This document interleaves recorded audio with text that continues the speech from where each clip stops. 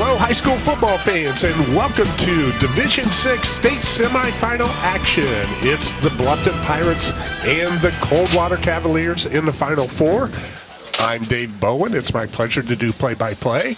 And doing color commentary this evening is Evan Skilleter. Bluffton and Coldwater, two teams, very, very similar seasons, both 13-1. Both runners-up in their respective conferences. Bluffton, the Northwest Conference, Coldwater, the Midwest Athletic Conference. Both had the big Week 10 regular season game against their rival for the league championship, Bluffton with Grove, Coldwater with Marion Local, and both came up short. Let's look at the keys for tonight's game. Evan, it's going to be a good one. What's going to happen tonight as far as keys? Well, both of these teams are pretty similar on paper, so I look at keys for both of them. I think these keys apply to both teams, and the first one's going to be a hot start.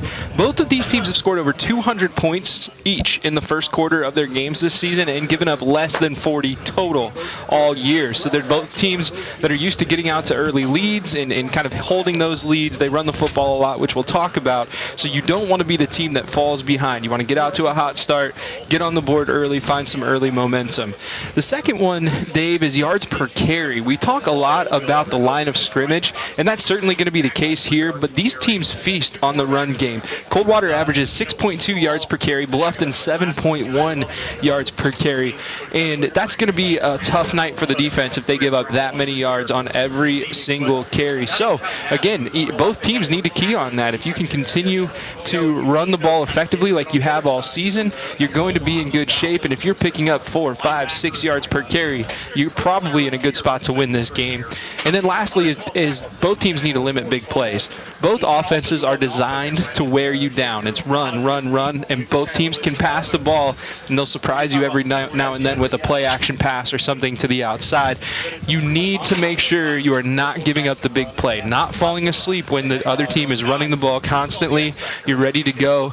You're back, making sure you're containing everything and not letting the other team get a big play. Evan, great keys tonight. They're spot on. That's what's going to happen tonight. We're really going to be interested to see how it plays out. We've got snow coming down. It's cold out there. Head coach Jeff Richards for Bluffton, his 9th season, 54-42-1 overall.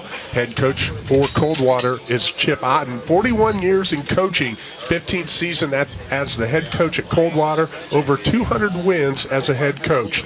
It's semifinal action here at Wapak Mercy Health VFW Field. It's 48 minutes for an opportunity to go with a trip for the ship, a trip for the state championship, and another 48 minutes to try and earn a gold trophy. It's the best in high school football. We'll be back for our kickoff. You're watching it on WOSN.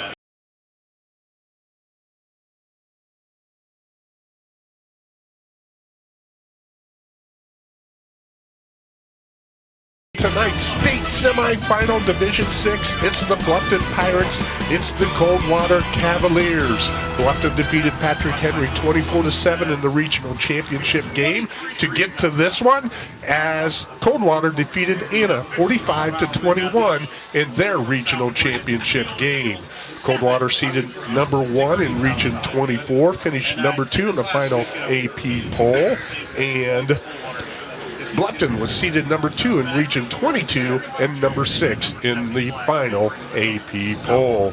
The winner gets to play the winner of Kirtland and Gallia Northmore next Saturday, December 7th at 10:30 a.m. at Tom Benson Hall of Fame Stadium in Canton, Ohio. Evan, we got a little bit of snow out there. It's different than the rain last week, much colder, but the conditions, again, not prime time, perfect conditions, but it's going to be a lot of fun. Oh, it'll be so fun, and it's really fun to watch two teams like this go at it in weather like this. It's hard-nosed football. It's run, run, run. You'll see a lot of footprints in the snow as it continues to come down. We already saw guys out there doing snow angels before both teams ran onto the field. So perfect conditions from up here anyway. I wouldn't want to be out necessarily in the conditions, but beautiful to watch for sure.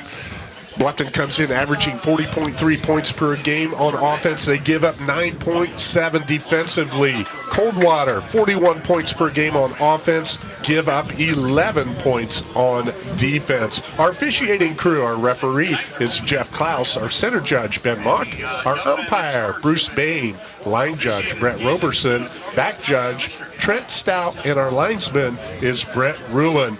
Again, a real perk for these officials to get to this level. And that's another piece. We know we need more officials in our high school contests at the high school level. And this is something to shoot for, a goal. So our young people out there who are considering officiating, Evan, this is something they can set down as something maybe they'd love to do, make it a goal. And again, it's great for this crew that's earned this right to do this game. Yeah, no doubt. Officiating's a tough job, and they certainly don't get enough appreciation, especially in our state. We have such great officials in the area. I'm a coach, and I've certainly yelled at a couple in my time.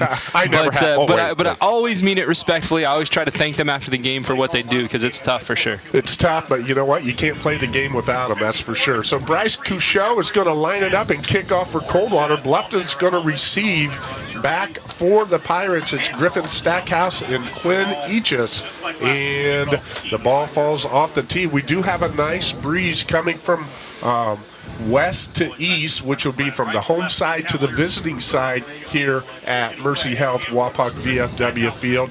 That wind is going to play a factor tonight. Yeah, no question. And then the flag almost looks like it's going to come off the string that it's attached to. It's so windy here, and you see you'll have to hold this for the opening opening kickoff. Couchot kicks it away. It's going to be Stackhouse. He fields it about at his 13-yard line, comes up the middle, gets a crease, and he's going to break it around. He fumbles it, and Bluffton does a great job of covering it up right there, and that is number 9, Quinn Eachus, who recovers that for Bluffton. So what could have been a troublesome situation right away is avoided by the Pirates. Yeah, Stackhouse, a great athlete, leads this team in receiving yards and has a school record 13 touchdowns on the season. He's tied with 2 others, so looking for his school record breaking touchdown here today, but also does a lot on the ground. So a good job picking that ball up and getting up to the 36-yard line, and we'll see if those conditions play or have an impact on the run game tonight.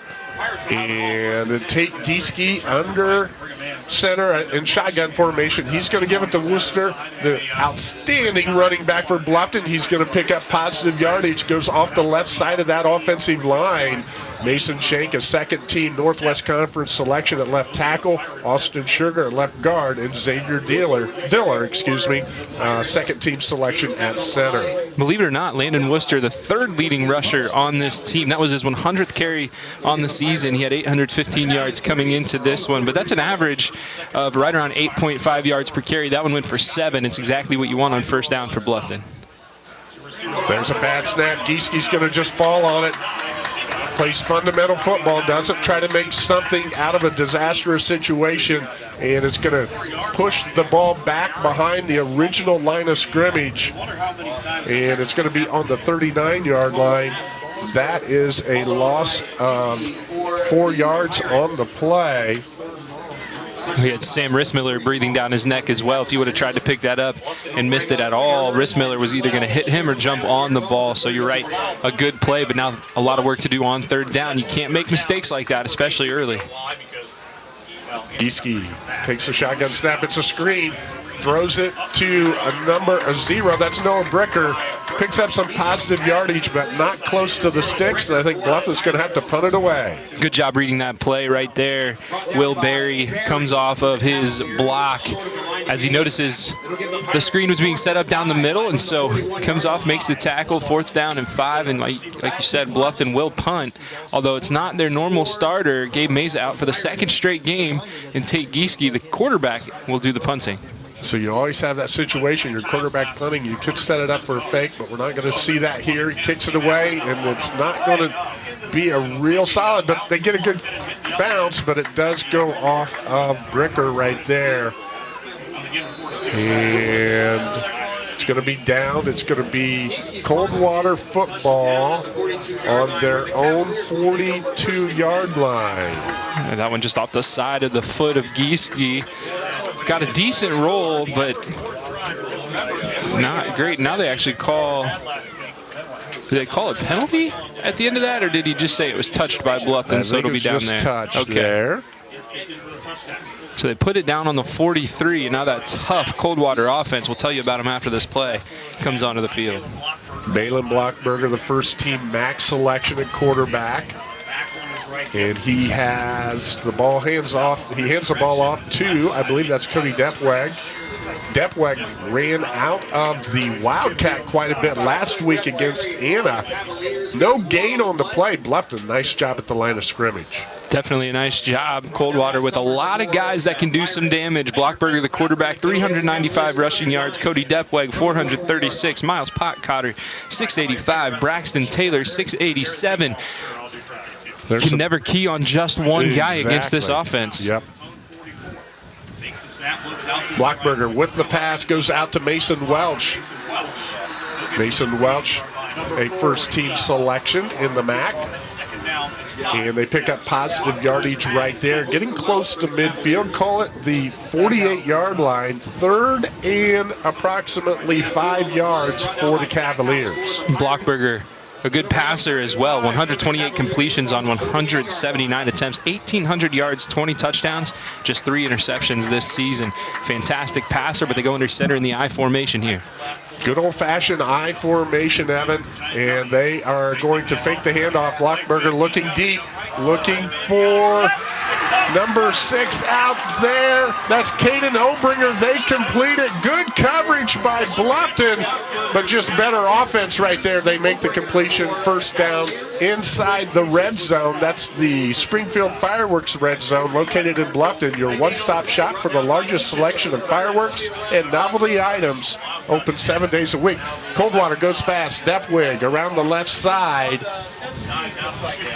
They went right back to the line of scrimmage that time, lined up in the Wildcat with Depwig at the quarterback position. Really nice passing catch on that last play. Brody Anderson in coverage was right there, and I think even got a hand on it, but a good job looking that ball in, making the catch, and then quickly up to the line for the 1-yard pickup. So 2nd and 9 coming up for Coldwater after a nice 2 plays. That was a 35-yard pass completion. And Coldwater, yeah, they get inside the red zone. They're going to look to keep you off balance. They go quickly. Blockberger goes to Mason Welch, and that one's going to fall to the turf, incomplete. Well, right now the short routes, the under routes have been open for Coldwater. Twice they've hit the slot on just a short pass where Bluffton's giving them quite a bit of padding. And now 3rd and 9, a possible passing situation here, but 4-down territory. So really the playbook wide open for Coldwater. Yeah, most likely 4-down territory, Evan. If they do pick up quite a bit of yardage here without getting the first, definitely. But Bryce Couchot, 2nd-team selection in the MAC from the kicking position, they do have that threat. Blockberger looks to his right. Rolling has time, and too much time, and he finds Mason Welch, and that's going to be good enough for a Coldwater first down. Lee's Famous Recipe is our first down sponsor. Lee's Famous Recipe, located in Wapak, Delphus, and St. Mary's, locally owned and operated. Lee's is not just famous for chicken, they're famous for catering as well. 1st and goal on the 4-yard line. Really nice job being patient right there as they go back to the Wildcat. Nope, they're just under center with Blockberger. Could have taken that ball and maybe gotten some positive yardage. There's a fumble right there. Again, it's cold conditions out there. We've seen the ball on the turf now. That's the 3rd time. No fumbles as far as going to the opposition. No turnovers through those fumbles, but that's going to move the ball back to the 5-yard line.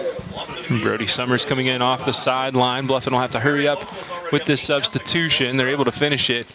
2nd and goal from the 5. Coldwater threatening early. Under center. Blockberger gives it to Potcotter, and he goes off the right side of that offensive line, and he reaches pay dirt. 19th touchdown of the season for Miles Potcotter.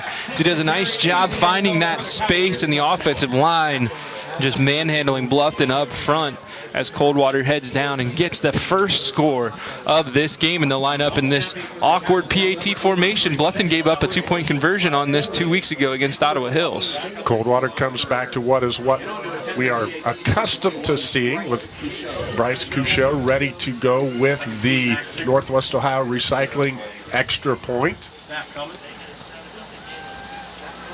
It's put down, Couchot kicks it, and he puts it through the upright. So with 6:38 to go in our first quarter, Coldwater strikes first, 7-0 in favor of the Cavaliers. You're watching state semifinal football action, Division VI style on WOSN.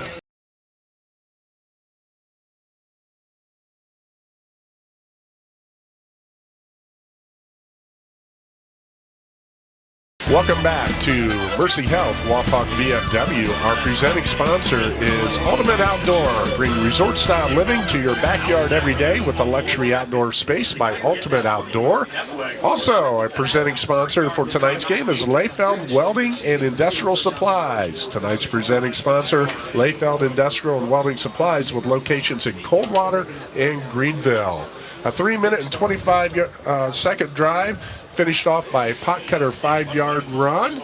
And on this kickoff, Stackhouse is going to have it and bring it back to the middle for Bluffton. And he's going to be tackled right there at the 22-yard line by number 6. That's Caden Obringer for Coldwater. Obringer brought the heat right there as he made a nice tackle on Stackhouse. Kind of came out of nowhere between two guys and stuck Stackhouse right in the shoulder, drops him down at the 23-yard line. And Bluffton's offense will come back out. Started out okay, his 8-yard run on the first play of their first drive, but then the fumble set them back and they never recovered. And to finish off that drive for Coldwater, it was 8 plays, 58 yards. So Gieske in the shotgun. He's going to keep it and go to his left. Has blockers. Picks up some positive yardage, and that's the way you want to start a drive. Have and get things going on the right foot. Try and neutralize that momentum that Coldwater's established here early. Yeah, and Gieske, the second leading rusher on this team, came into today with 890 yards on the ground. And what Bluffton does really well is lead block, on runs like that. And Landon Worcester, a guy that likes to carry the ball, also likes to lead block, likes to go up the hole and let Gieske follow him. And Gieske's definitely benefited from that this season. 2 receivers down to the bottom. Gieske rolls this way, and he finds Worcester. It's completed, and he picks up positive yardage, enough for a Lee's Famous Recipe Chicken first down. That's a nice pass completion from Gieske to Worcester out of the backfield. Yeah, and Gieske had a couple guys in his face right there, but still able to make a nice touch pass over to Worcester, and Worcester does the rest with his feet. A really nice job making a guy miss and getting that first down. A good start to this drive for Bluffton. 9-yard pickup on the pass play. Gieske to Worcester. And a nice start to this drive by Bluffton, Evan. Just what they needed to do coming off of that touchdown by the Cavaliers. Gieske with Worcester to his left. Fakes the handoff, looks down the middle, nothing there. Here comes pressure, and that is Will Berry coming off the right side, and he's going to take Gieske down. Gieske's primary receiver wasn't open, and then it was just a situation where Gieske could not find an open receiver and goes down with the sack. Yeah, he tried to roll out of that pocket right there, and normally he can do so pretty quickly, but you wonder if those conditions make it tough for him to find his footing and really get a solid foot in the ground to get away from the defender. But a really nice job getting in the backfield and making that tackle by Will Berry. It's an 8-yard sack. 8-yard sack right there, you're correct. And here's Gieske looking to throw again. He's got Stackhouse. Nicely done. Griffin Stackhouse with the completion. He's at the 40, and that's enough for a Bluffton first down. So we've seen both quarterbacks come out throwing the ball now here in the first quarter. The weather isn't affecting them at all. Griffin Stackhouse so fast, Evan. There's another Lee's Famous Recipe Chicken first down. A really nice job going through his progression right there, stepping up in the pocket and delivering a nice throw to Stackhouse. Tate Gieske, just a sophomore, folks, but he can toss the football. Nice job there picking up the first down. They're going to go up the middle with Worcester. These two teams mirroring each other. pick up that big gain. They get to the line of scrimmage quickly. Worcester picks up 1 on the play. They actually end up putting the ball down back at the line of scrimmage. Yeah, you're right. The No down gain. marker on the far side did move, but the ball doesn't. So nice job by Coldwater's interior, standing Worcester up. First ever meeting on the gridiron between these two schools. Good place to have it, state semifinals. No question. Gieske going to tuck this one and run off the right side. Pursuit is there, so he cuts it up and he picks up positive yardage. Looks like he gets it down to about the 37-yard line. Well, it's a good play from the offense and a good play from the defense right there. They do a nice job flowing to the left to the football, containing Gieske, not giving him any seams, but a nice job by Gieske, as you said, Dave, cutting back and finding some room, getting upfield to make this third down a little bit more manageable. Worcester to Gieske's right. Trips to the bottom. Gieske rolls this way. He looks and he throws to. He didn't pick up that number. It's number 0, Noah Bricker. And that's a completion, and it's close to a least famous recipe chicken first down, but it's not, so it's going to be 4th and short. About the width of a swath of your zero-turn mower. We're not mowing these days, but it's going to be a big play, and I see Bluffton going for it right now. Yeah, they're bringing in a jumbo set, too. They brought in an extra offensive lineman. They brought in a tight end as well. Mano here. Big boy football. Gieske fakes the handoff. He's going to have to look. It's not there. Well, it looked like he was looking downfield like someone was supposed to be running a deep route. No one was down there, and then everyone just kind of standing in the same area as the play. Gieske didn't have a choice but to try to toss it over to Worcester, but a nice job by Coldwater knocking it down. Certainly not what Bluffton drew up right there, and Coldwater a chance to make this a 2-score lead. Yeah, 3 running backs behind Gieske right there. He faked it to Worcester and then rolled out, and he couldn't pick that up with his own feet. There was too much pursuit there, and unfortunately falls incomplete if you're a Bluffton Pirate fan. And here comes Blockberger and the Cavaliers. 1st and 10 on their own 33-yard line, and there's a nice pursuit, and that's going to be a tackle for loss. Nicely done by number 53, first man on the scene, Evan Grothaus for Bluffton. Yeah, I love what Grothaus did right there. They kind of ran a read option, and Grothaus, instead of going for one or the other, just contained. He just broke down, waited for Blockberger to make a decision, and as soon as he did, Grothaus wrapped up and kept him in the backfield until reinforcements could come. A really nice defensive play, and a good job setting Coldwater behind the chains for 2nd down. Yeah, behind the chains definitely is Coldwater right now. See if Bluffton could get them a 3 and out right here. That would be great for this defense. They hand it off on the jet sweep, and there's Bluffton again. Noah Bricker there as Ethan Elander comes around on the jet sweep, but he meets Mr. Bricker in the backfield. It's another tackle for loss. Yeah, big time by Bricker right there, just flying up the right side and making sure he kept contained. You don't want to let Coldwater get outside, and so he forced him to run right into him. Another nice job by Carson Cruzy as well, he was a couple yards away from the play, but he was still outside making sure everything stayed in. A good job by the Pirates. Good disciplined football on the defensive side of the ball. The Pirates have the Cavaliers 3rd and long here. Blockberger, empty backfield, looks downfield. Pursuit is there. It's fumbled, but it's picked up, and that is Depweg, Cody Depweg. He's not going to pick up enough yardage for the first down, and Landon Worcester made sure of that. He pursued that quickly, Evan. That could have been disastrous for Coldwater, and off the broken play, so to speak, then Coldwater could have cashed in, but Worcester there to make the stop. I don't want to make any assumptions, but that might be the hardest hit Depweg's ever taken while running the football, right? Always fun when an offensive lineman gets to pick one up and take it as far as he can. Right there, picked up about 10 yards, so he'll be in the stat book for a nice carry, but a good job by Worcester cleaning things up and making it a punting situation for Coldwater. Owen Conk hasn't punted that much this year, but he can punt at the first team max selection. And That is Quinn Eachus on the return.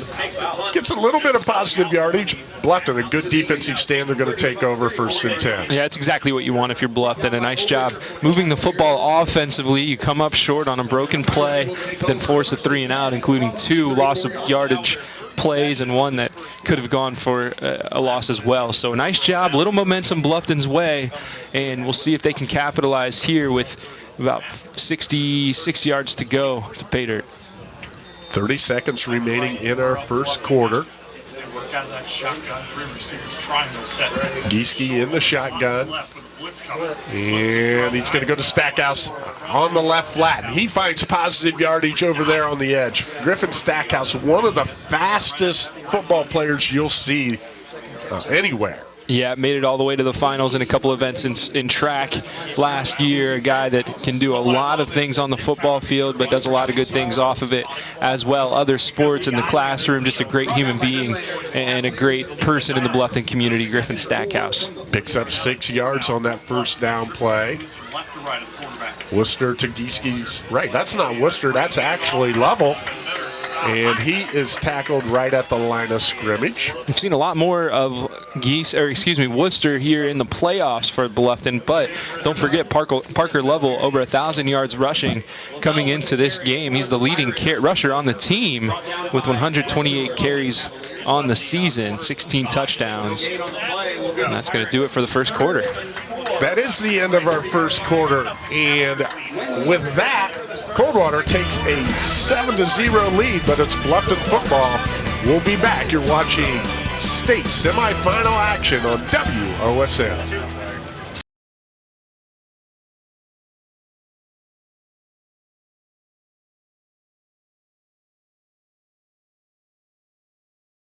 Welcome back to Mercy Health, Wapak VFW Field. It's 7-0 Coldwater. We want to thank our scoreboard sponsor tonight. It's Webb Insurance. Webb Insurance Agency serving Lima and Allen County for more than 100 years with offices in downtown Lima and Bluffton. And our quarter sponsor is Citizens National Bank.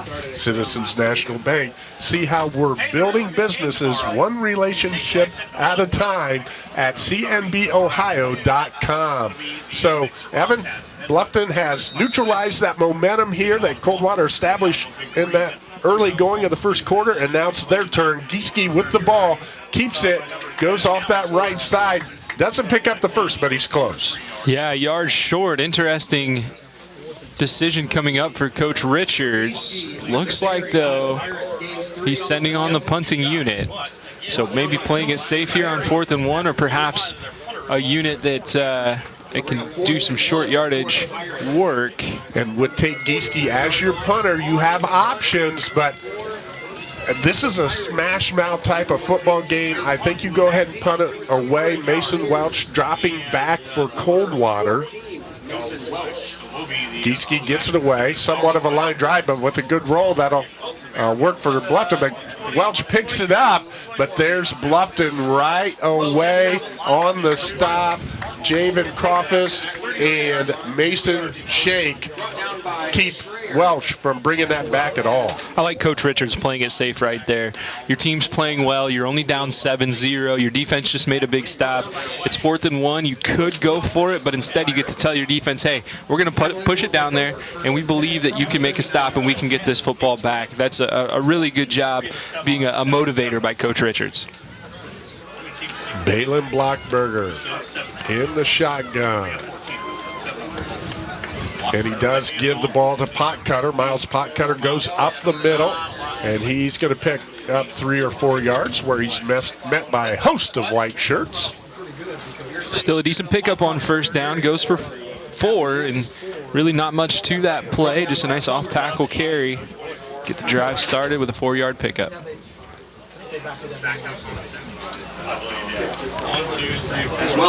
We've seen Worcester, Lovell, Stackhouse running the ball for Bluffton.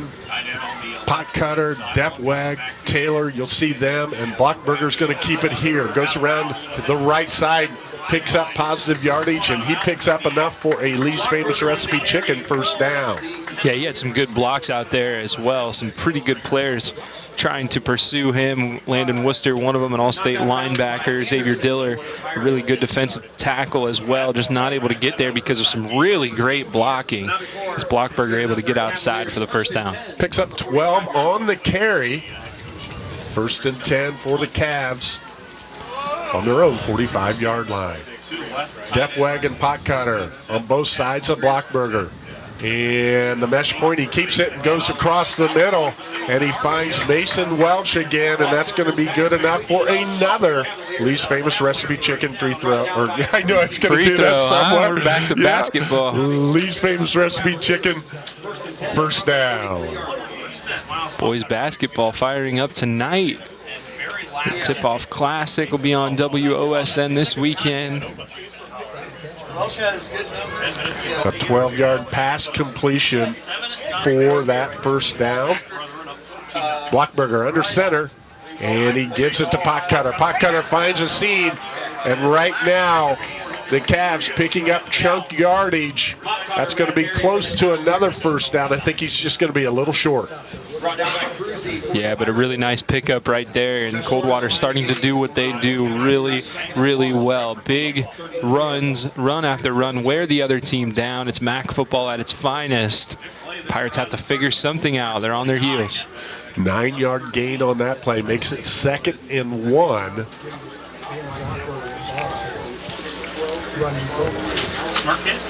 And Coldwater's going to stay with the I formation. Depweg at fullback, Potcutter at tailback. Potcutter gets it, first down and more. It's the left side of that offensive line, clears it out for him. Again, the left side of that offensive line for Coldwater. Will Berry at left tackle, first team MAC selection. Max Cook at left guard, and Rudy Kramer, second team selection in the MAC at center. And another 6-yard pickup, just making things tough on this Pirate defense. It seems like as soon as the ball is snapped, it's already handed off. It's already 2 yards up the field.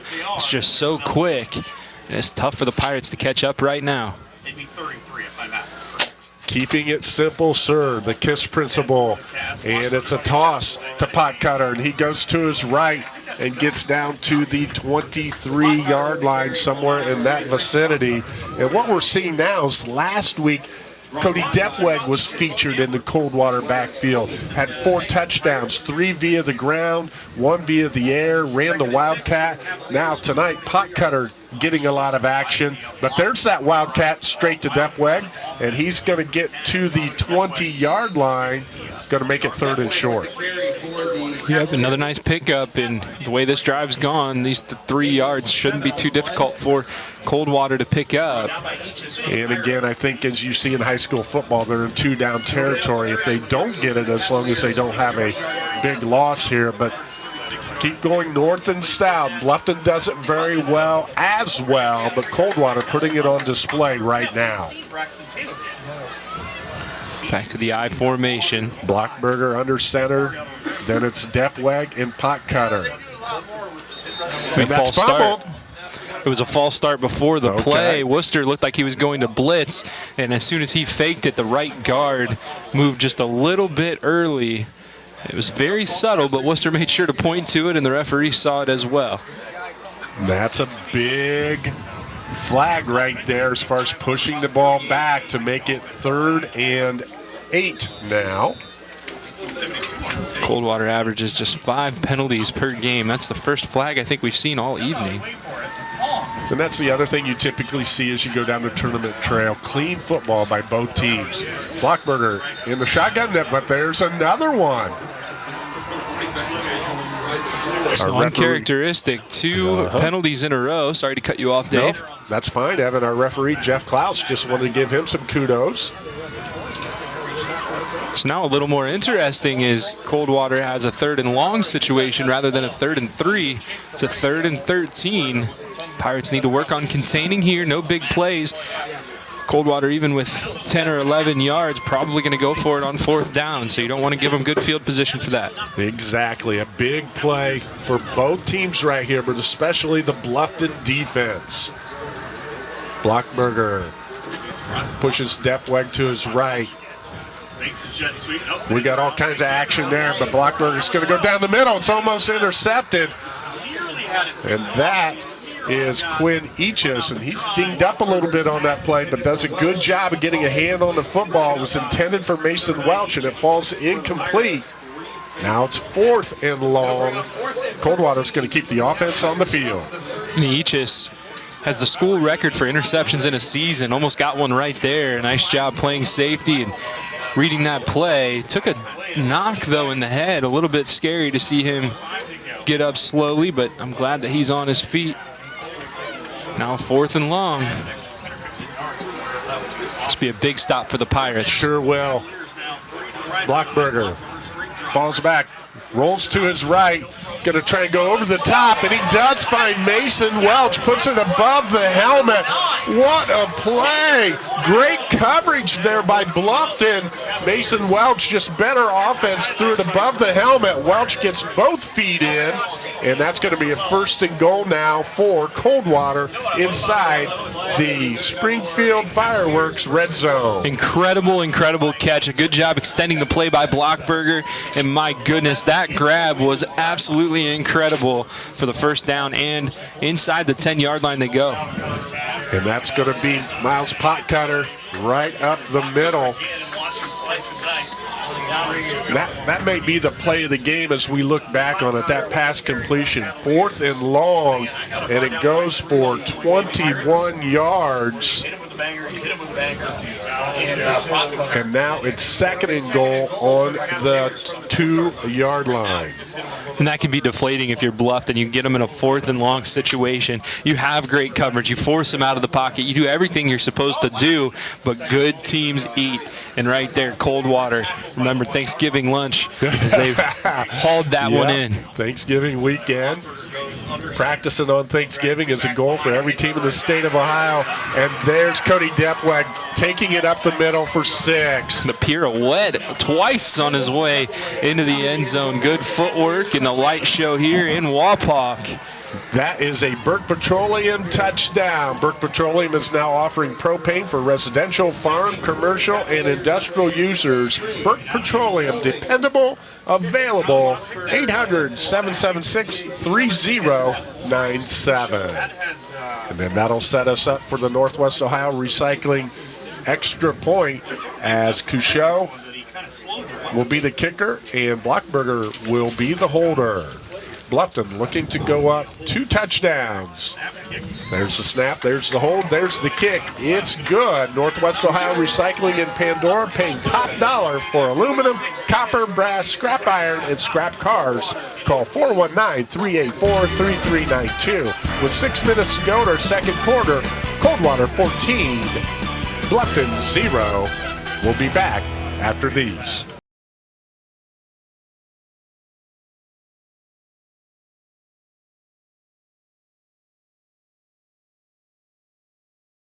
We want to thank our timeout sponsor, Metzger Financial Services. Tonight's timeouts are brought to you by Metzger Financial Services, helping you plan your financial future. Call 419-225-6067 or visit MetzgerFinancialServices.com. That was a 10-play drive covering 71 yards, taking 5 minutes and 13 seconds, finished off by a 2-yard run by Cody Depwag. Cavaliers 14, Bluffton 0. The Pirates, they got to pick up the phone and answer here on this drive. Yeah, you definitely want to score here. Coldwater will get the ball after the half as well. So if you can't punch one in right here, you give Coldwater the ball back, a chance to put some more on the board before the half ends. But a nice return here by Eachus. Eachus comes around the left side. He's going to get to midfield. Great starting position for the Bluffton Pirates, just what the doctor ordered, Evan. No doubt at all. A little bit more momentum. You keep saying that word, but this is going to be a game of momentum, right? And if you let Coldwater run away with the momentum, it's going to show on the scoreboard as well. So a nice job getting the ball to midfield by the Pirates. Plenty of time here. You don't have to do anything crazy. Just get the ball into the end zone, get some points on the board. You start to feel a lot better about yourself. Yeah, the perfect scenarios. Bluffton eats up time and sticks one in the end zone here and doesn't give Coldwater a chance to answer before halftime. Gieske might have been a broken play right there, and Coldwater meets him in the backfield, led by number 10, Owen Kunk. and that's a loss of 1.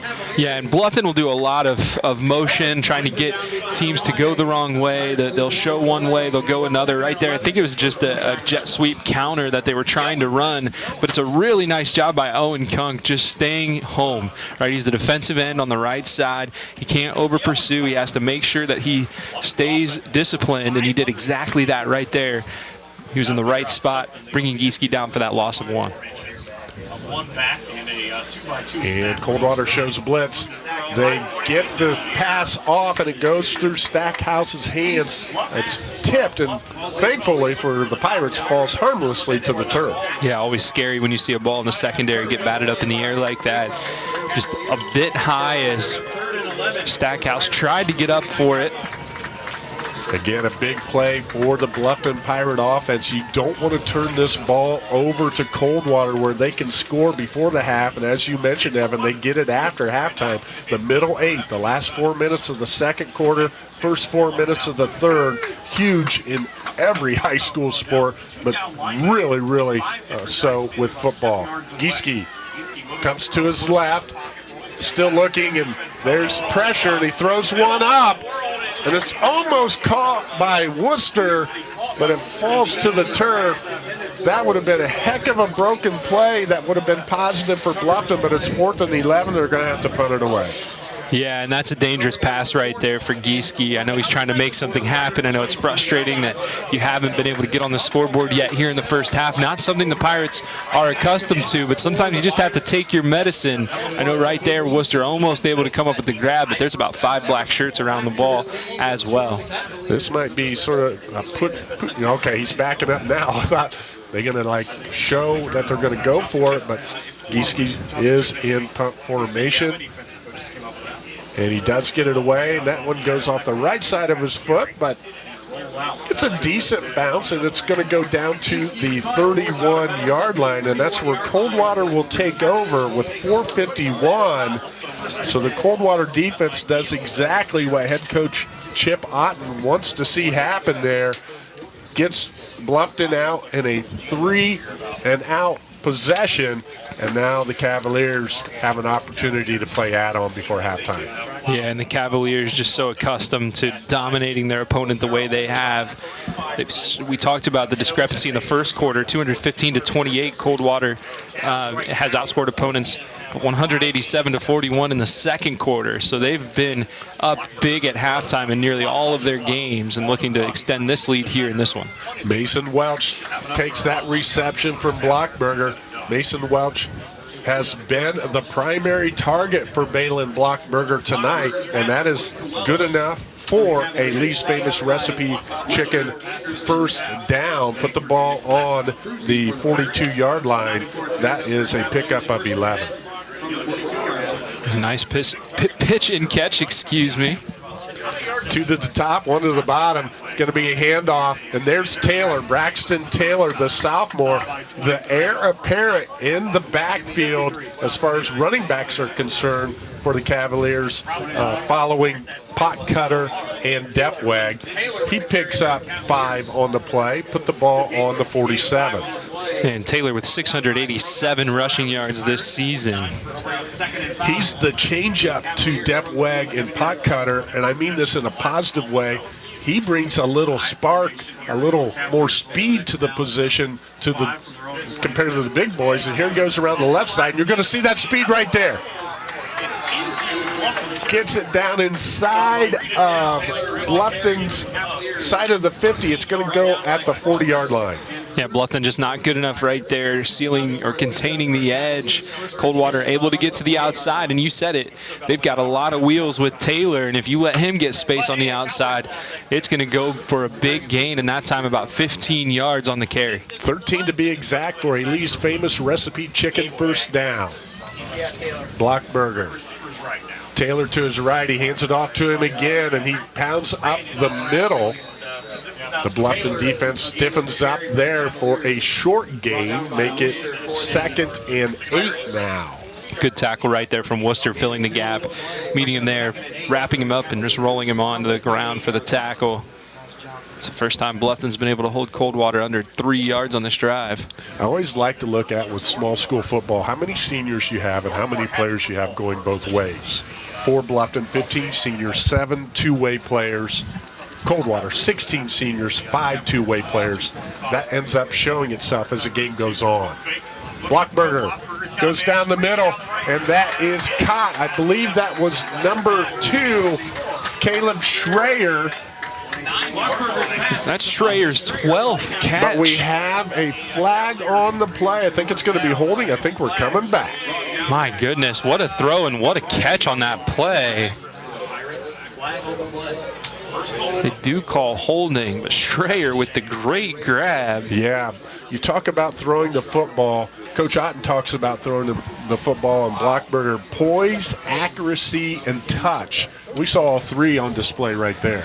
No question. I love the way he steps up in the pocket. He fires off that back foot, plants hard on the front foot, throwing right through his body. Just a really, really good quarterback when it comes to technique and fundamentals.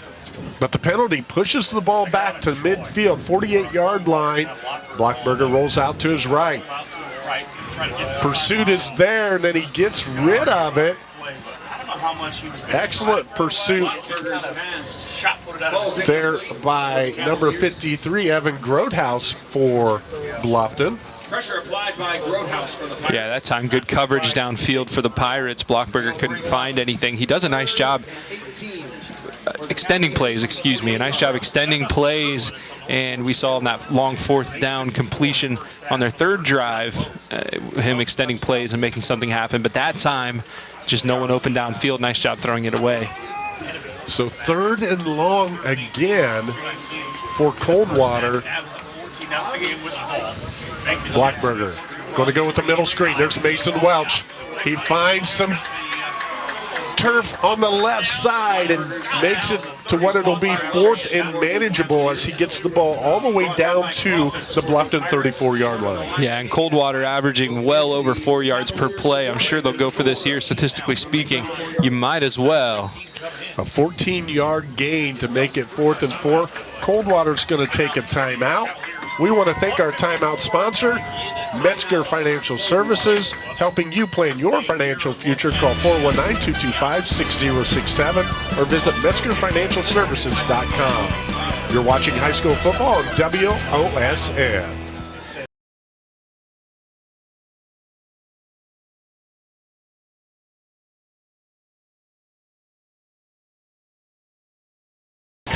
One of our presenting sponsors for tonight's semi-state football game is Layfeld Welding and Industrial Supplies, locations in Coldwater and Greenville.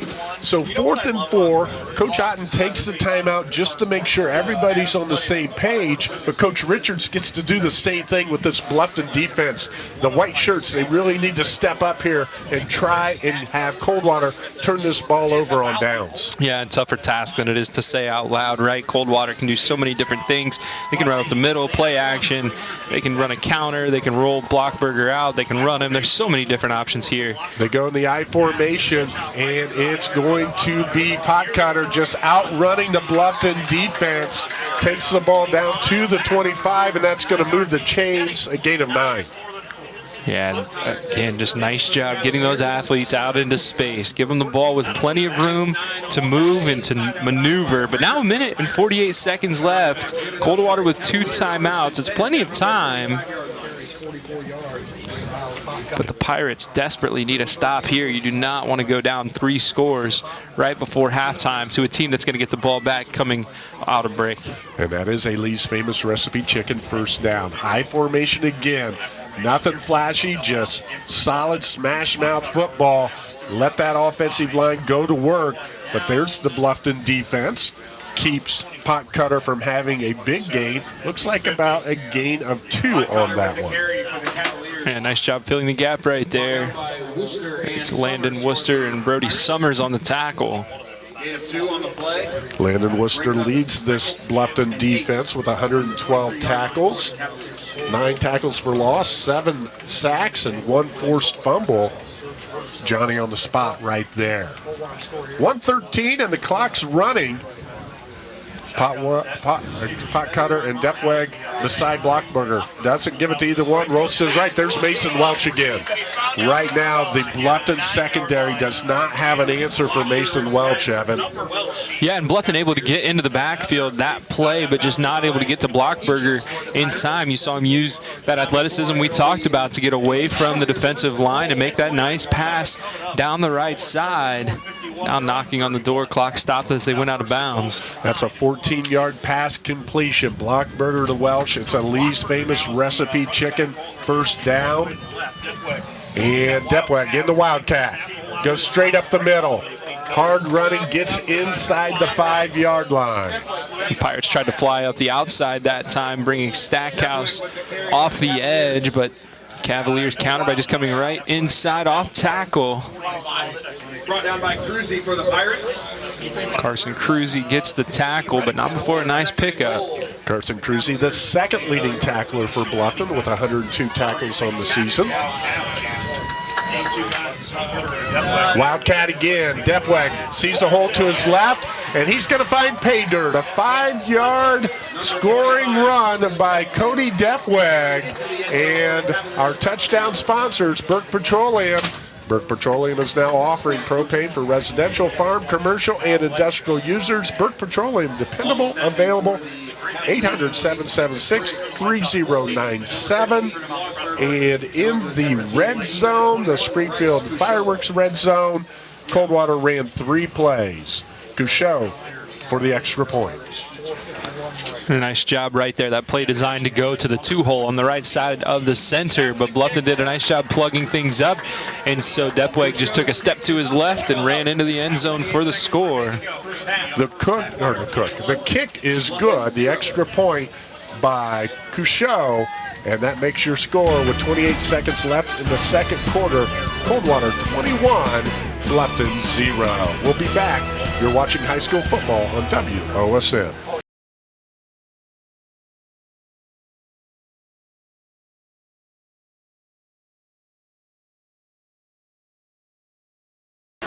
Welcome back to Mercy Health, Wapak VFW Field, where Coldwater scores right before halftime.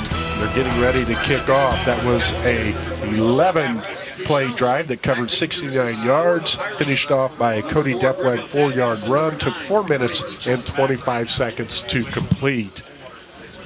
So right now, if you're Bluffton, you want to circle the wagons, get into halftime, and make some adjustments and come back out. But this Coldwater Cavalier squad, they're really playing some really sound football. Yeah, you can't afford to do anything silly, make any mistakes right here. So I'd be surprised if Bluffton tried to force it down the field. I've seen crazier things, though.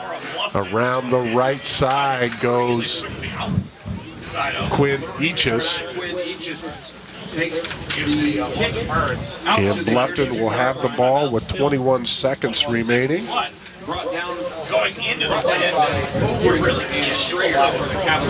The wind blowing from Bluffton's left to right. It's picked up just a little bit here. The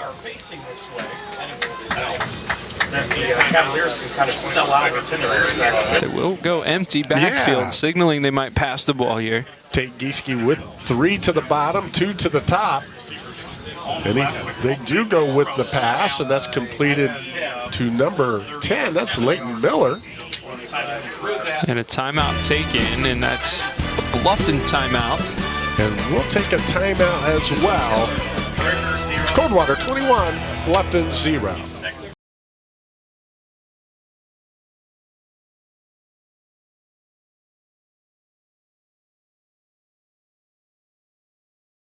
Tonight's timeouts are brought to you by Metzger Financial Services, helping you plan your financial future. Call 419-225-6067 or visit MetzgerFinancialServices.com. And we want to thank our presenting sponsor, Ultimate Outdoor. Bring resort-style living to your backyard every day with a luxury outdoor space by Ultimate Outdoor. 13 seconds remaining here in quarter number 2. Bluffton takes the timeout after the 5-yard gain on the pass completion from Gieske to Miller. The thought process right here, just continue to try and find something that you can take into halftime on a positive note. Yeah, definitely. I mean, 13 seconds left. I suppose if they really wanted to score, they could send a couple deep. Gieski's definitely got the arm for it. Gieske drops back, and he does make that throw to the right side, but that falls incomplete. Brody Anderson, the intended receiver, he was open, but Gieske had to do a little bit of scrambling, unable to have his feet set and get some power behind that throw. Yeah, Will Derry gets into the backfield quickly and makes Gieske have to step up and try to get away from the pressure. It's a really nice play. Tate Gieske, the second-team Northwest Conference selection at quarterback. 8 seconds, probably our last play of the half. And it's going to be Worcester. He's a second-team running back, but there's Mr. Berry again, the first-team MAC selection. And that's going to take us to halftime. Your score in this Division VI state semifinal game. Both teams fighting for a trip to the ship. Coldwater 21, Bluffton 0. We'll be back with halftime adjustments after these messages.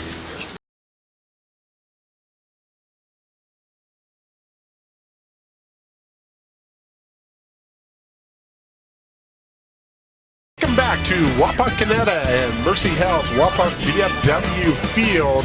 It's halftime in this Division VI state semifinal between Bluffton and Coldwater. Coldwater leads 21-0. We want to thank our scoreboard sponsor, Webb Insurance Agency, serving Lima and Allen County for more than 100 years with offices in downtown Lima and Bluffton. And we also want to thank our quarter sponsor, Citizens National Bank. See how we're building businesses one relationship at a time at cnbohio.com. In that first half, Bluffton had 5 possessions. They had to punt it away on 4 of those, and then one, the last possession, ended on downs. Coldwater had 4 possessions. They put it in the end zone 3 times on various runs. They run by Miles Potcutter of 5 yards, and then Cody Depweg scored from 2 yards and 4 yards. On their second possession, they did have to punt the football away, and Bluffton, though, as we know by the score, was unable to convert on that one. So as we go into the third quarter, Coldwater's going to get the ball first, Evan. I'm Dave Bowen, doing play-by-play, color commentary by Evan Skilleter.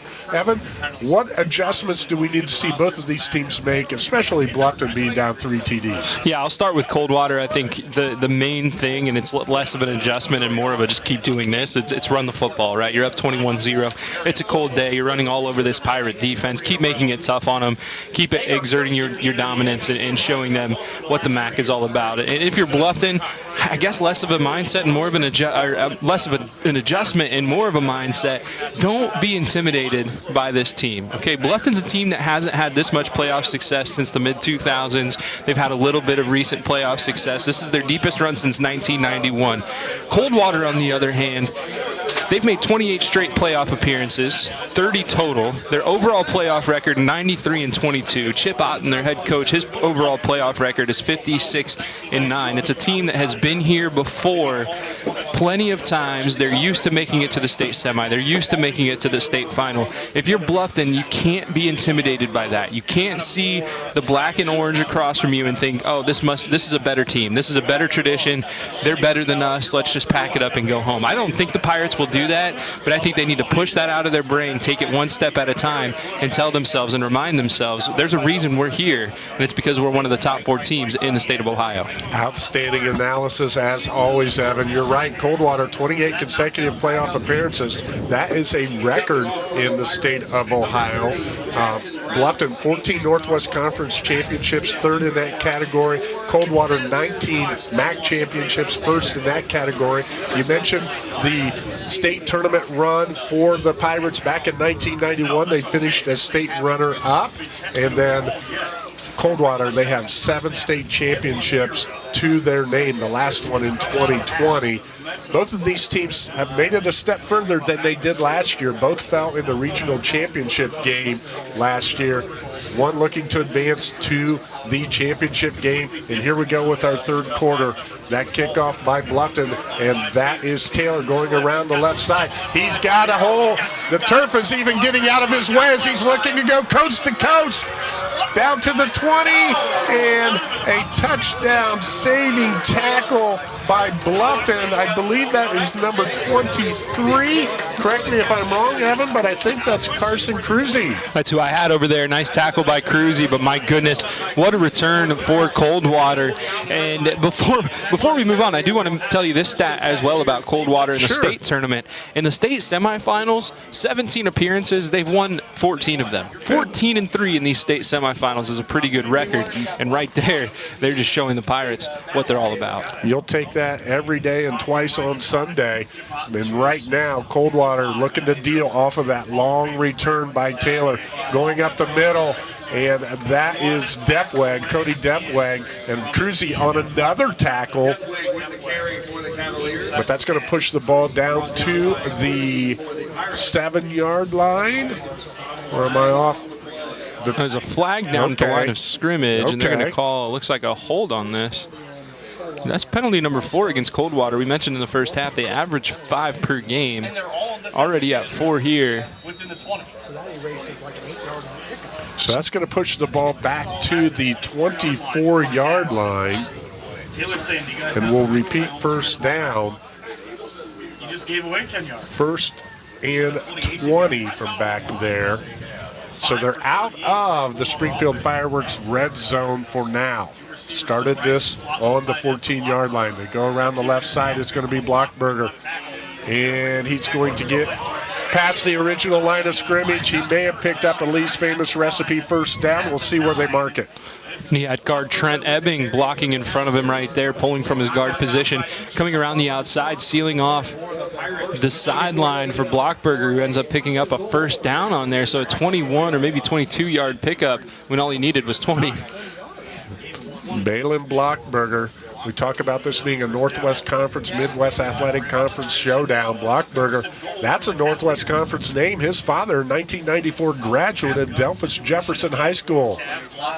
It's the Wildcat. Debwag stopped right there, leans forward to pick up a couple more. Crawfus on the tackle. We talked about it before the game, but I believe that's a relation to the Lindemann family. It is. First cousins.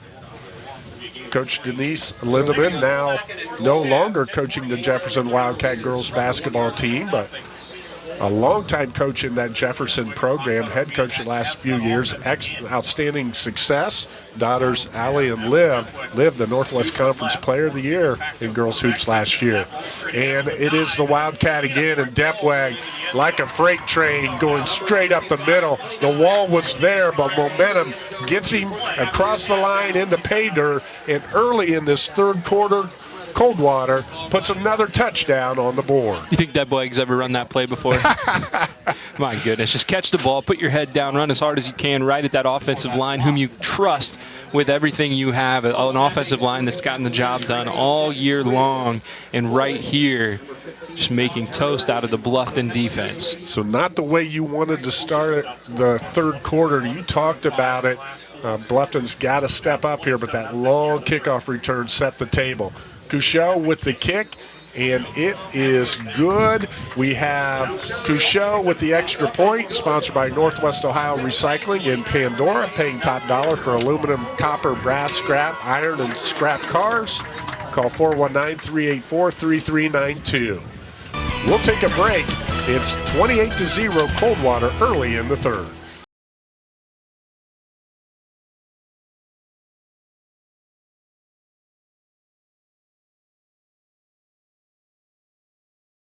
Tonight's presenting sponsor is Layfeld Industrial and Welding Supplies with locations in Coldwater and Greenville. Our touchdown sponsor is Burke Petroleum. Burke Petroleum is now offering propane for residential, farm, commercial, and industrial users. Burke Petroleum, dependable, available, 800-776-3097. And the Cavaliers take a 4-touchdown advantage with 10:29 to go in our third quarter. Bryce Couchot to kick it off, and he puts that one on the ground and covered there by Leighton Miller. and that's where Bluffton will take over. Couchot, who does the kicking for both the extra points and the kickoffs, he has set a record tonight for Coldwater. After his first 2 PAT kicks, he has 58 consecutive PATs. That surpasses Mario Della Rosa of the class of 2008. Congratulations to Bryce Couchot. How about this Coldwater athletic department as a whole? 21 MAC championships, 7 in baseball, 7 in football, 3 in girls track and field, 2 in girls basketball, 1 in girls bowling, 1 in volleyball.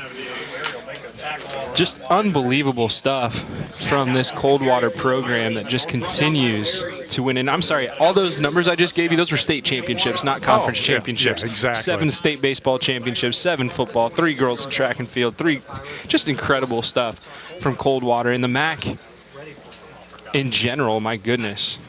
Yeah, it's phenomenal. Sometimes you hear the phrase MAC fatigue, but they just do what they do. And when they're playing a non-MAC school, as we see Gieske roll out to his right, he's got Stackhouse out there, and it gets knocked away. The coverage by number 7, that is Ethan Elander, falls incomplete. But when Midwest Athletic Conference schools play a non-conference opponent, they feel like in football they're up a touchdown before they even walk on the field. No question, and there's an illegal man downfield on that play from Bluffton, so we'll have a few yards marked off. But you're absolutely right. And listen, the one team that's beaten Coldwater this year, everyone's heard of them, Marion Local, right? They're probably favored to win state in the division lower than Coldwater. Exactly. Right? It's just unbelievable.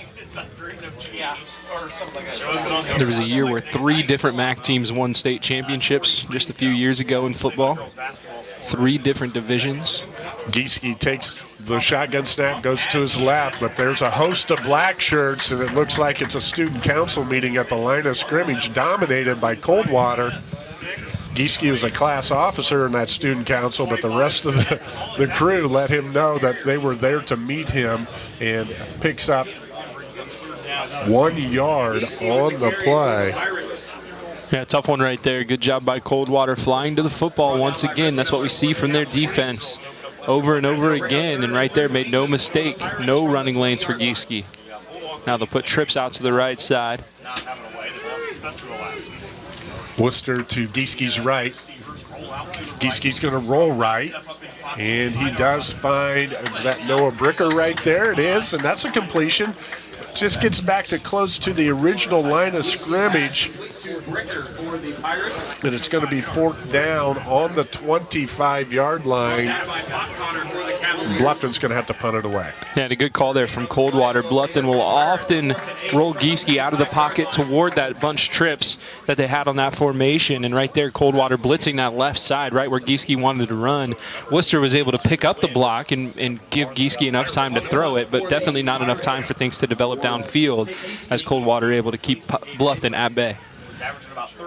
Gieske going to punt it away, and that one might have been deflected at the line of scrimmage, and it's hit there and picked up by Carson Holman. And Coldwater's going to have outstanding field position now off the deflection. I thought maybe that was going to hit Holman and then bounce off of him, and we might have our first turnover of the game, but not the case.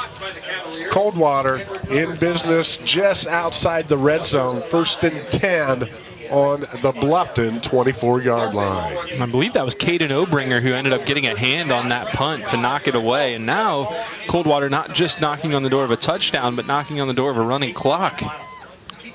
Only one other time that's happened to Bluffton this year. It was against... There's a fumble.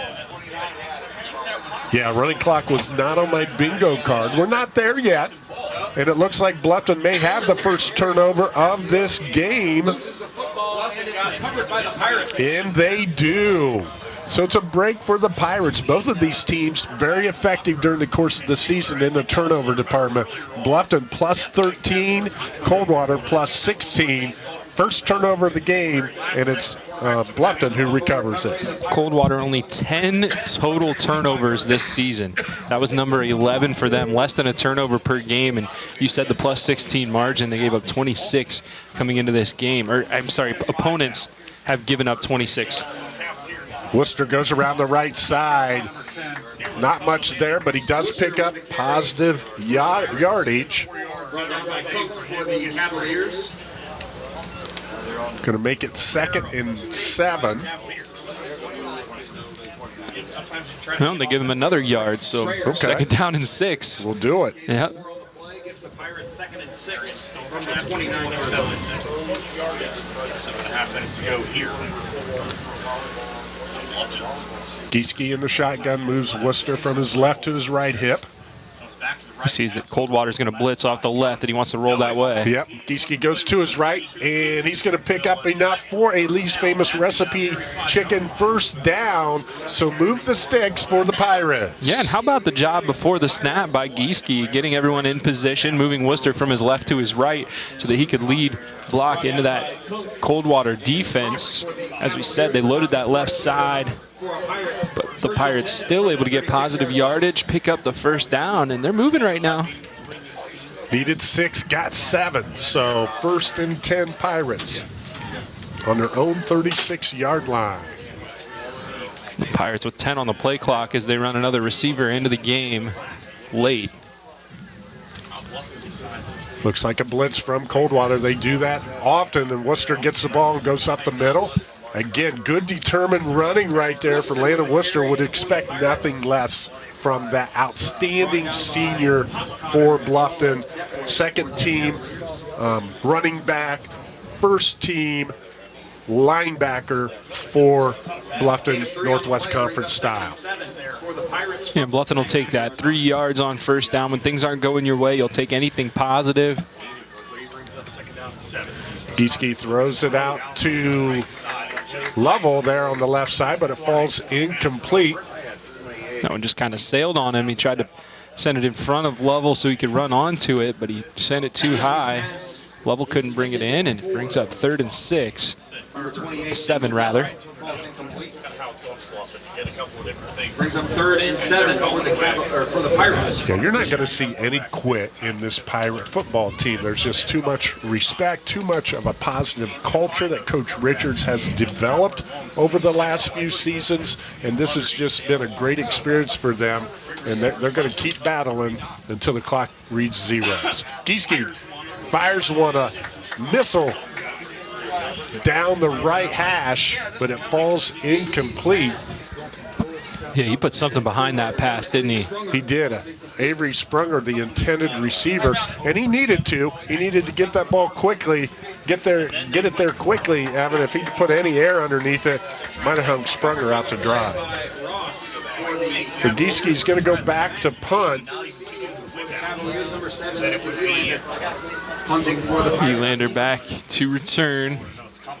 Get that That's one a off. good punt.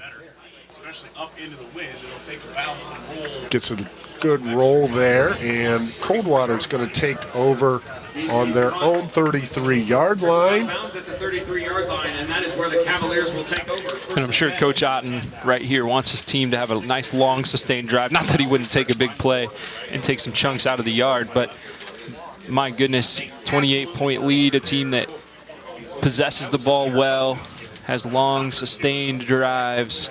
They've been executing pretty well. Obviously, that one turnover on the last drive, but a lot of room to move the clock and move the ball. Yeah, they've had 9 wins with scoring more than, or 8 wins, excuse me, scoring more than 40 points. Bluffton has had 9 wins scoring more than 40. Just been very impressive, this Coldwater Cavalier squad. And there's a nice tackle by Noah Bricker. Pushes Blockberger out of bounds. Noah Bricker, kind of an unsung hero on this Bluffton team, a fantastic linebacker, does a nice job containing. He's a good tackler, especially in the open field, but offensively as well, does some good work. He's run the ball 21 times for 135 yards. He's caught 15 passes for 242 yards, also has 3 touchdowns through the air. So a guy that does a lot for Bluffton, doesn't necessarily get as many name calls as Lovell, Gieske, Worcester, and Stackhouse, but definitely a great player for this team. Right across the Blockberger at the match point keeps the ball, and his intended receiver, Mason Welch, doesn't come up with it. Welch upset with himself. He had to turn and reach back for that one, but still felt like he should have been able to pull it in. Yeah, if you're a quarterback, you love to see that reaction from your wide receiver, right? As long as he can get back to the huddle and push it out of his brain, get to the next play, you're going to throw it back to a guy that you can tell really wants to catch the ball and does not want to let you down. Exactly. Doesn't want to let you down. Great point right there, because Welsh wasn't upset with the throw. He just felt he should have been able to catch that, even though it was a little bit behind him. Blockberger, empty backfield. Pressure from Bluffton, and he finds Pot Cutter there, but it's going to hit the turf. That's incomplete. Yeah, almost had him there. He was rushed out of the pocket. Bluffton brought the heat. Noah Bricker, one of the guys in there, pushing him outside, but just not able to get enough on the ball. Hits the turf right before it gets to the target. Pot Cutter. So Owen Kunk's going to kick it away. Quinn Eachus deep for Bluffton. Let's see if the Bluffton special teams can come up with something special on this particular play. Something positive to give themselves good field position here with 5:27 to play in the third. I like to watch Kunk punt. My goodness, look at that. Nice spiral, nice and long. Makes Eachus run for it, and good coverage downfield.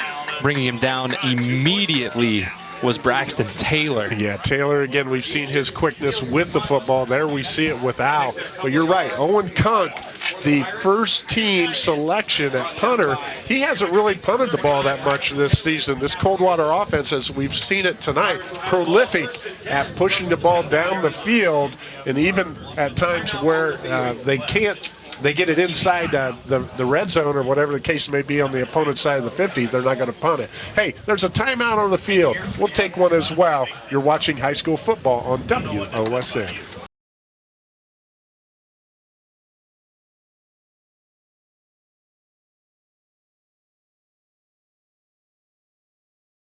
Tonight's timeouts are brought to you by Metzger Financial Services, helping you plan your financial future. Call 419-225-6067 or visit MetzgerFinancialServices.com. That timeout was actually for an injury. Quinn Eachus shaken up on the play, but he walked off the field. Gieske with the quarterback sneak. Again, positive yardage for the Pirates. Yeah, this second half, other than that big return from Coldwater, Bluffton hasn't played poorly, right? They've done a nice job moving the football, not quite able to finish a drive, but they've made a couple stops defensively now, and they've got to be feeling pretty good about themselves. Definitely not good when you look at the scoreboard. You're down 28-0 with a quarter and a half to go, but some things going your way. So, you know, one play becomes two, becomes three, and who knows what could happen in this game. 7 yards on the carry. In the pistol. Gieske gives it off to Worcester here. And he gets close to the first down marker. But I think he's short. No, they're going to give it to him. They're going to give it to him. That's a first down for the Pirates. A Lee's Famous Recipe Chicken first down.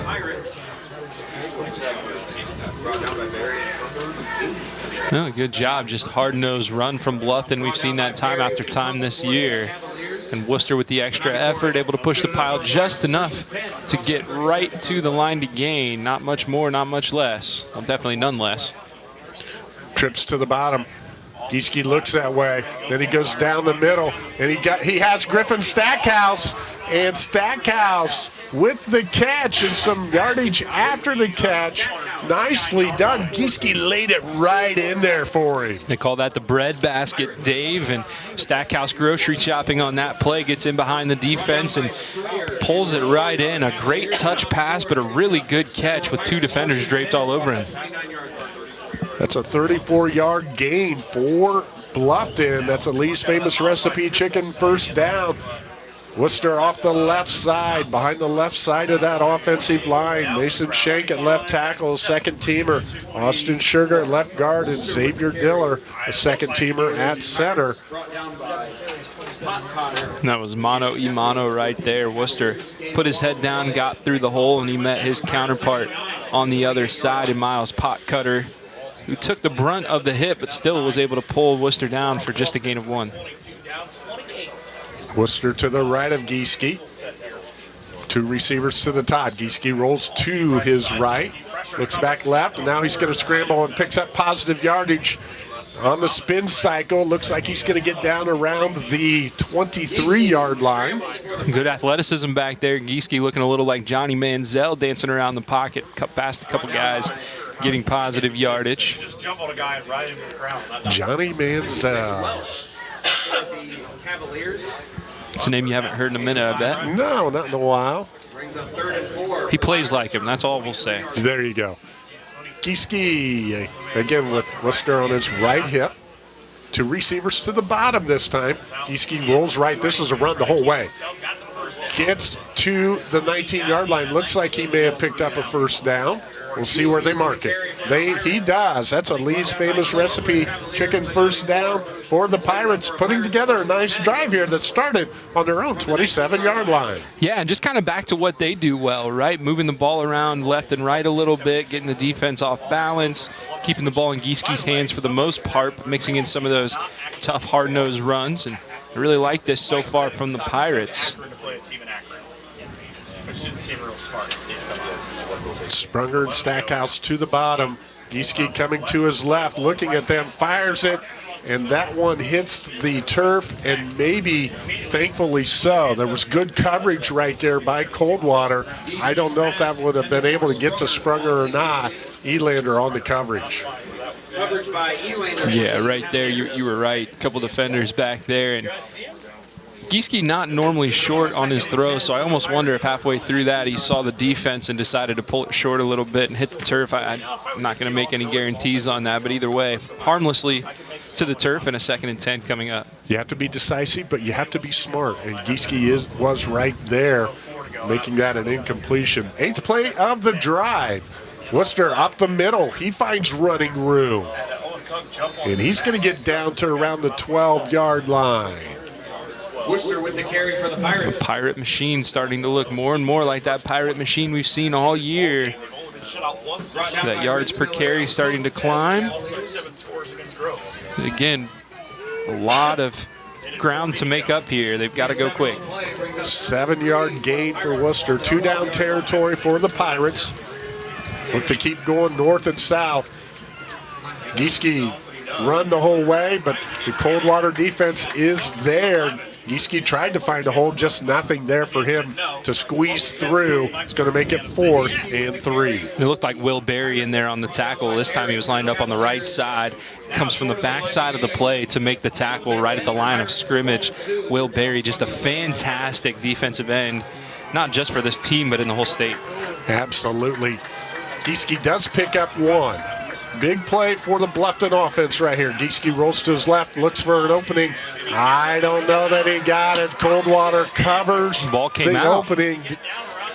Fumble as well, or just turnover on downs? Is that what they're calling? Now, the referee threw a beanbag onto the ground at the 21-yard line, but either way, it was going to be short. And Gieske a little shaken up on the play. We've got an injured player on the field. We're going to take a timeout as well. State semifinal action, Coldwater and Bluffton, Division 6 style on WOSN.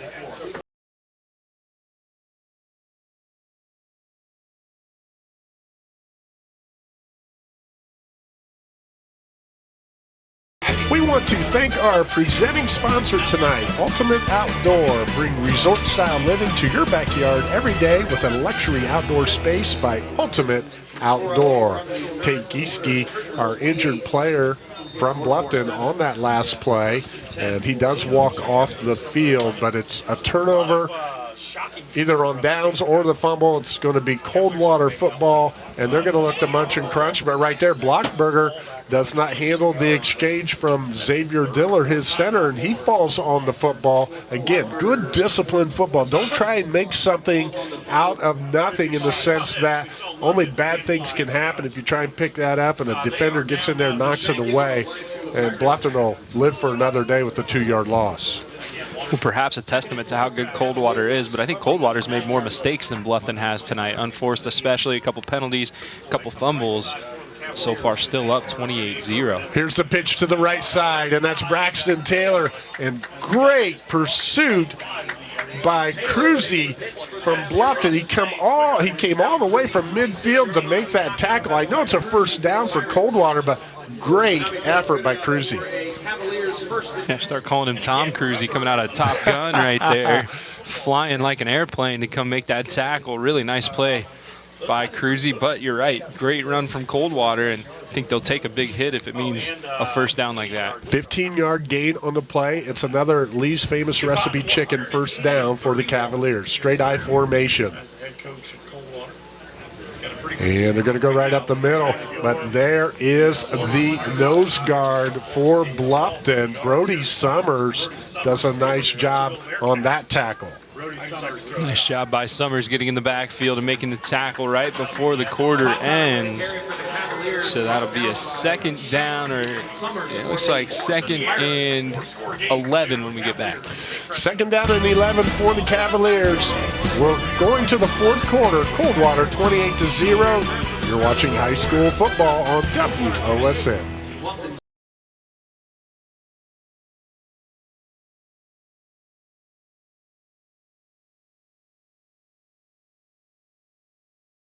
Citizens National Bank.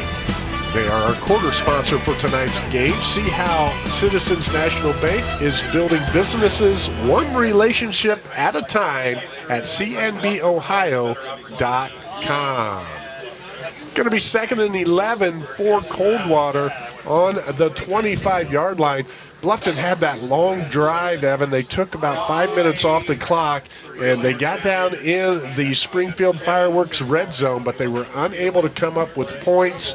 Now Coldwater, they would like to establish themselves with a nice long drive and basically start putting nails in the coffin. Yeah, it's felt like we've had a couple nails already. That 4th down that did not go for a first for Bluffton really felt like a pretty sturdy nail, but you're right. If Coldwater can continue to push this ball and work the clock, it's really going to be game over for the Pirates. And they hand it off to the tailback, and that is a long gain for the Cavaliers, and that is Miles Potcutter gets the ball up to the 43-yard line, a gain of 18. Yeah, just a really nice carry right there by Potcutter, and a good job by the offensive line creating the seams once again. I just assumed it had to be Taylor. They just keep coming at you, do these Coldwater Cavaliers. So good on both sides of the ball on that front line. This Bluffton defense, it's an outstanding defense. Again, they only give up 9.7 per game. Coldwater's put 28 up tonight as Depweg is pushed out of bounds by Jackson Bolus. And the Pirates have only given up more than 7 points 3 other times this season. They gave up 28 to Fort Loramie, 42 to Columbus Grove, and then 22 to Ottawa Hills in their regional semifinal. Yeah. So not used to giving up this many points. Correct. You said it, 9 points per game is what they give up. They've had 4 shutouts this season. One of them came against Huron in the 2nd round of the playoffs. And 11 of their wins, they've given up less than 10 points to the opponent. Taylor off the right side. There's that change of speed. He fumbles it. It's loose. Beanbags all over the place. And Bluffton showing some excitement. They feel like they have it. Yep, and Gieske already talking to the head coach and the offensive coordinator, Mr. Granger, over there. And so he will be back on the field following the injury, and the Pirates still with some life. Coldwater, we talked about those nails, but didn't drive them all the way in. So Bluffton will take over with 11:15 to go in the 4th quarter, right at the 50-yard line. And again, I loved seeing that enthusiasm and everything. You're playing in a state semifinal. Don't play the scoreboard, play the play, and that's what Bluffton's doing right now. Gieske back in the game, rolls out to his right, and he finds Stackhouse down the middle, but defensively, Mason Welch, he's a rover, and as a rover, he was in the right place right there. I don't blame Stackhouse for maybe having a little bit of a alligator arms. Business decision, right? Yeah, he knew better than to go over the middle. Can't blame him. Good-looking ball there from Gieske, but like you said, Welsh has been all over the place, and right there was ready to deliver a big, big blow.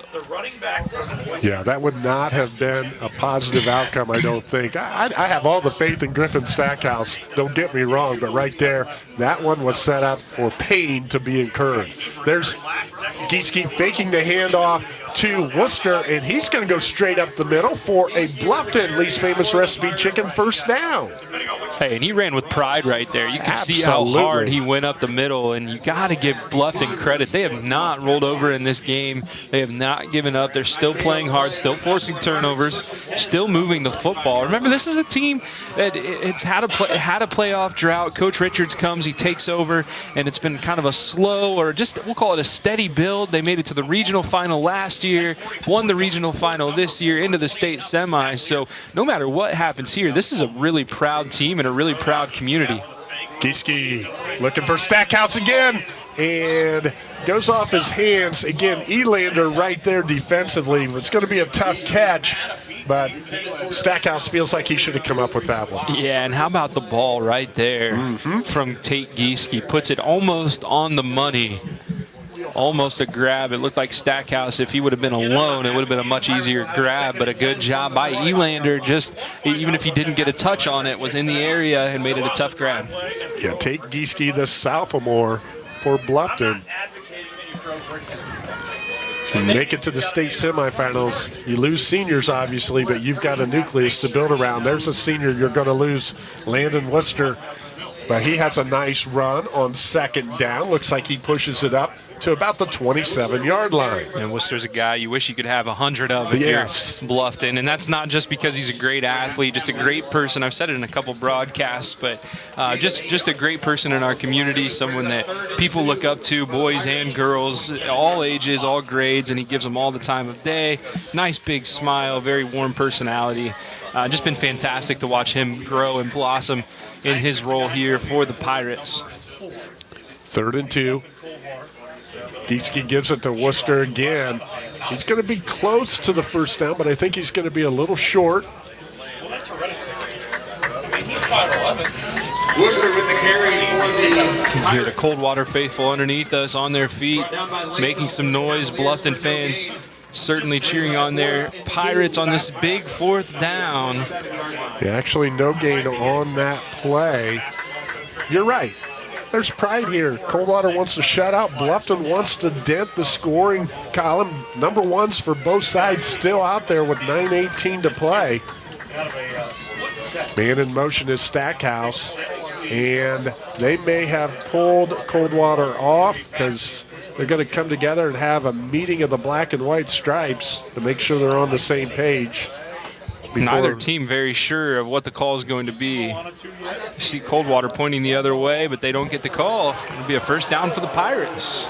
So that'll push the ball up to the 22-yard line, just out of the Springfield Fireworks red zone. Look, they're trying to get back. But that's good enough for Lee's famous recipe chicken first down.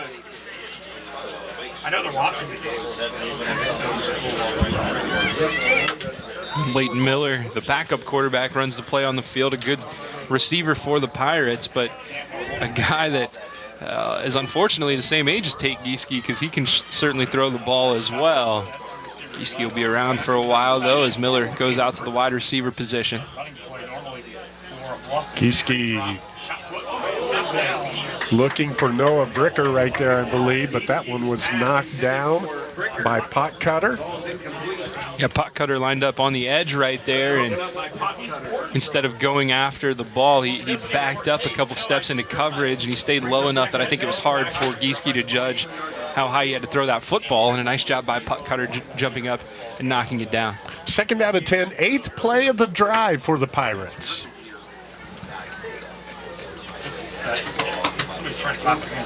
And Worcester gets a hole off the left side, picks up positive yardage, gets it inside the Springfield Fireworks red zone. Springfield Fireworks in Bluffton is your one-stop shop for the largest selection of fireworks and novelty items. Open 7 days a week, 9 to 8. That tackle from Cody Depweg on the far side was incredible. Landon Worcester is not a guy that gets brought down by one tackler very often. And right there, it was basically one arm from Depweg able to grab on to Worcester and bring him down. That is not something you see often. So a really nice job from the linebacker. Tip your cap. But it's a 5-yard gain as Bluffton is in that Springfield Fireworks red zone. Worcester goes in motion.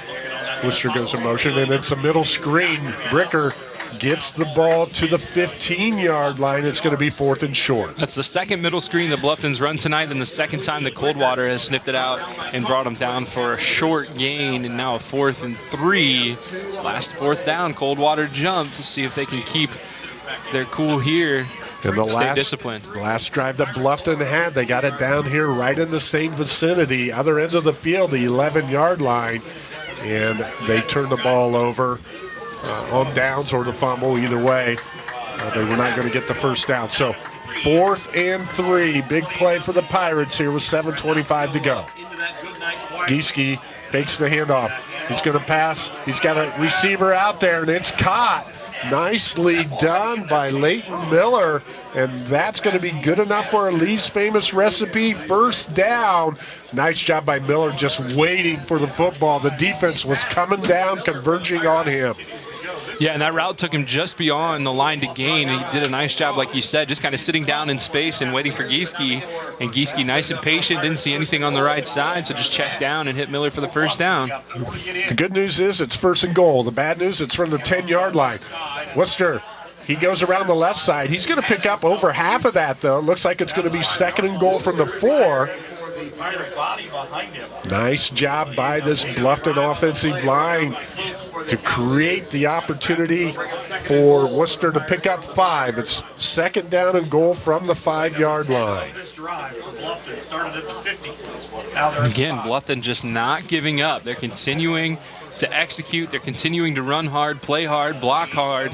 Everything they're doing is exactly what they've done all year. They're just finally putting it together here in the middle of the 4th quarter. It's a testament to the program, to the coaching staff, to the players. Stick-to-itiveness as Gieske goes around the left side. Don't know that he picked up anything. Might have lost a yard right there. And that's what you want to see. That's what you'll talk to your returning players about, the culture we've established. Yeah, we aren't, this score, it's indicative that we're not going to come up with a W, but gosh darn it, we played the 4th quarter as hard as we played the 1st quarter, and that says something. Well, you're right, and the standard is across from you in black and orange, right? They're a team that's always here. And honestly, yes, I know the score's 28-0, but the Pirates with a chance to score. I'll talk to you more about it after this play. Worcester looking to get in. He's right there. He does get in. Landon Worcester from 6 yards out reaches pay dirt, and Bluffton makes the score 28-6 with 5:33 to go in this 4th quarter.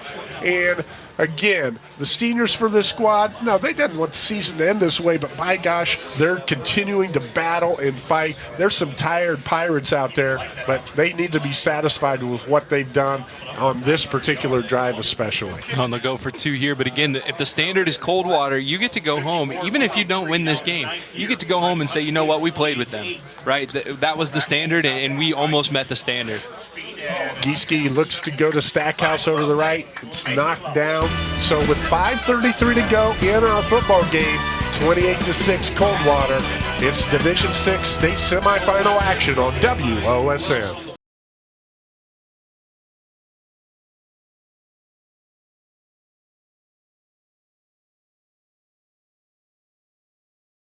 Burke Petroleum is now offering propane for residential, farm, commercial, and industrial users. Burke Petroleum, dependable, available, 800-776-3097. And we want to thank Burke Petroleum for being our touchdown sponsor. Bluffton puts that touchdown on the board. That was a drive that took 6 minutes and 18 seconds. It covered 13 plays and 50 yards, finished off by a Landon Worcester 6-yard touchdown run. 28-6, 5:33 to go in your ball game. I'm Dave Bowen, along with Evan Skilleter. And at this point in time, maybe you might see some players that haven't seen the field the rest of the way, but Bluffton goes with the onside kick, waiting for it to go 10 yards. It looks like a rugby scrum. And yeah, they got Bluffton got it. They waited just long enough. Coldwater could have picked that ball up. I'm not sure what took them so long to do so, but Bluffton waited for it to hit that 10-yard mark, and as soon as it did, they fell on top. It looked like it was Griffin Stackhouse that ended up with it. They called Carson Cruzy's name, either way, the Pirates get the ball back. That's big time for them. Huge, and we knew something was amiss, if you will, because number 30, Jackson Brown, was the kicker, did a great job. Now, Coldwater could have come up and recovered that ball in front of the 10-yard line, but Bluffton couldn't touch it until it got there. Coldwater elected to wait, and that's how Bluffton took advantage of the opportunity. The Pirate offense back on the field. Gieske steps up, and that one's knocked down, and then it's going to be intercepted by Cody Depwag. It was deflected, went straight up in the air. I think Depwag did the deflection and the catch, and one turnover deserves another. Coldwater gets the ball back. Hey, look, Depwag gets the stats right there, but it was once again big 78 Will Berry who's pressuring Gieske off the left end. He pushes him back into the quarterback, pushes the lineman, back into the quarterback. Gieske had to step up to throw, and when he stepped up, he didn't have the space to get it over the defender, and as you can see, they take it away. So Coldwater going to take over 1st and 10 on the Bluffton 49-yard line. And Bluffton blitzes, Worcester blitzes, and he is there for the tackle. No gain for Coldwater on that one as Miles Potcutter tried to find some positive yardage. Big number 27 said, nah, not today. Yeah, Worcester blitzed on that left side, and he was untouched. A good job by him. He actually ran past the ball carrier, but was able to spin around and grab him and pull him backward right after he got to the line of scrimmage, so no gain on the play. Ken Coldwater in the I formation. I love seeing the old I formation. You don't see that that very often anymore, but right there going around the left side, it's Miles Potcutter, and it looks like he's going to pick up a good 7 yards. Yeah, nice carry there. They put Potcutter into space once again, and he's able to get upfield. Jackson Bullis brings him down. Brings up 3rd and 3 for the Cavaliers from the 42-yard line. 7-yard gain. And now we're going to go Wildcat with Cody Depwag. He's run it every time out of the Wildcat. Let's see if he hands it off to his teammate. No, he doesn't. He goes straight up the middle. And it's just wrecking crew time in that situation. Well, and that's Worcester once again filling the gap and making the big hit. He ends up dropping him just about half a yard short of the first down. So a 4th coming up, and again, we keep saying it, but we love to see the Pirates not giving up, still playing hard, still blitzing, still making big tackles. Landon Worcester, the senior leader on this squad, all over the place so far this evening. 4th and short. Coldwater elects to go for it. And they split Blockberger out again in the Wildcat. I think he's just going to go straight behind that big offensive line, he being Cody Depwag. And he does, with Potcutter being the lead blocker. That is tough to stop. Jackson Bullis on the tackle, but that's good enough for a least famous recipe 1st down for Coldwater. No reason to be tricky at this point, right? You know what's working. You know you're going to pick up more than a yard on that carry right there, and they keep it simple. Get the 1st down. Clock continues to tick, and Coldwater probably just a 1st down or 2 away from ending this game and heading to the state final.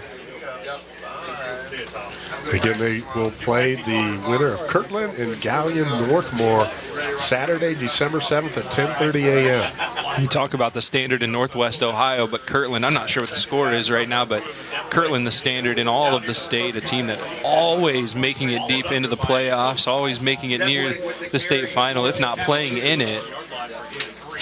Coldwater and the MAC, not unfamiliar with that Kirtland program. Cody Depwag takes the ball around the left side up to the 31-yard line. Gain of 3 on the play. Taking a look across at the Pirate fans, and it doesn't look like any of them have gotten up and left. This is a cold night. Their team's getting beat. We know probably, well, no, at this point we know what the result's going to be, but those fans still sticking tough, still staying behind their team. We've seen it all year, just community support from the Bluffton faithful. Proud of their team, And we talked about it, right? We talked about the standard. You know, what is the standard? Where do we want to be as a program? Well, I'd like to be in a program that has made the playoffs 28 straight times and a team that has played in the state final 14 times, going on 15 next year. And you played with them, right? You played with them. There were a couple mistakes here and there, a couple penalties that set you back, but you had some turnovers. You scored a touchdown. You made some big stops. You made some big plays. You're not far off from a team like this. The only thing different, or the only thing standing between you and them is consistency and belief that you are a top program in the state. And I think Jeff Richards has this team in that spot. Yeah, that's what Coach Richards said this week on with the media, is that we want to get into that conversation where you're talking about Bluffton as it relates to state Final Four appearances and state championships. And right now, Coldwater's going to take a timeout. We'll take a Metzger Financial Services timeout as well. We'll be back after these. You're watching high school football on WOSN.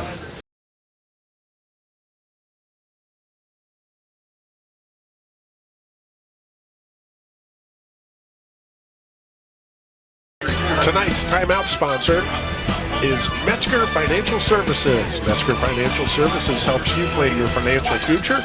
Call 419-225-6067 or visit MetzgerFinancialServices.com. It's 3rd down and 3. Coldwater takes the timeout. Still working on execution because they are planning to play next Saturday. Yep, and we talked right before the break about Kirtland and how good that program is. Right now at the end of 3 quarters against Northmore, they're up 41-7. So no doubt that it'll be Coldwater playing Kirtland next week. But like you said, still some work to do. They try to get the edge. That first down would pretty much do it. Only need to take 2 or 3 knees here. Braxton Taylor goes around the right side. Good pursuit by the Bluffton defense. They might not have gotten it. Yeah, he does look like he's just a little bit short. And I wonder if we'll see the Wildcat with Depweg going straight up the middle.